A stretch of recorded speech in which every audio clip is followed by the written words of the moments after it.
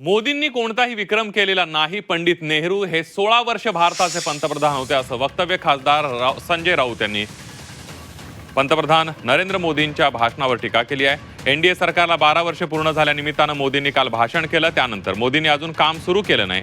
त्यांच्या भाषणाला आम्ही गांभीर्यानं घेत नाही असंही राऊतांनी म्हटलंय. हे कपट कारस्थान नाही तर काय. आणि मोदीने कोणता विक्रम केलेला नाही. पंडित नेहरू हे 16 वर्ष पंतप्रधान होते. 15 ऑगस्ट 1947 पासून इलेक्टेड प्राईम मिनिस्टर. काय असतं इलेक्टेड प्राईम मिनिस्टर? 1947 त्यांची नेहरूंची निवड झाली प्रधानमंत्रीपदी आणि त्या मंत्रिमंडळात डॉक्टर बाबासाहेब आंबेडकर, सरदार पटेल होते. ते प्रधानमंत्रीच होते. शपथ घेतली त्यांनी.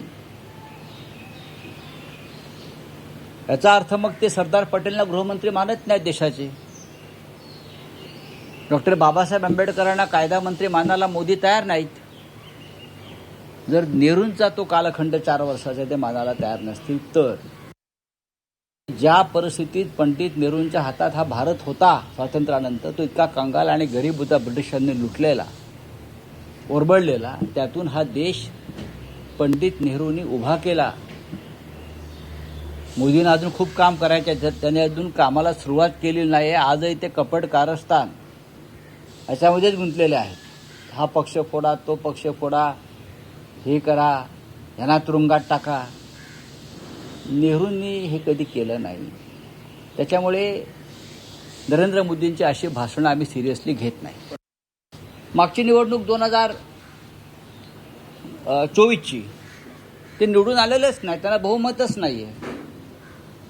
त्यांना बहुमत नाही आणि ज्या जागा त्यांनी जिंकल्या या चोऱ्या माऱ्या लांड्या लवाड्या करून जिंकल्या. ते कुठे इलेक्टेड प्राईम मिनिस्टर आहे? मोदी हे फक्त 2014 ते 2019 याच काळामध्ये इलेक्टेड प्राईम मिनिस्टर. त्यानंतर त्यांनी निवडणूक यंत्रणेमध्ये, प्रशासनामध्ये घोटाळे करून निवडणुका त्यांनी चोरल्या किंवा ताब्यात घेतल्या.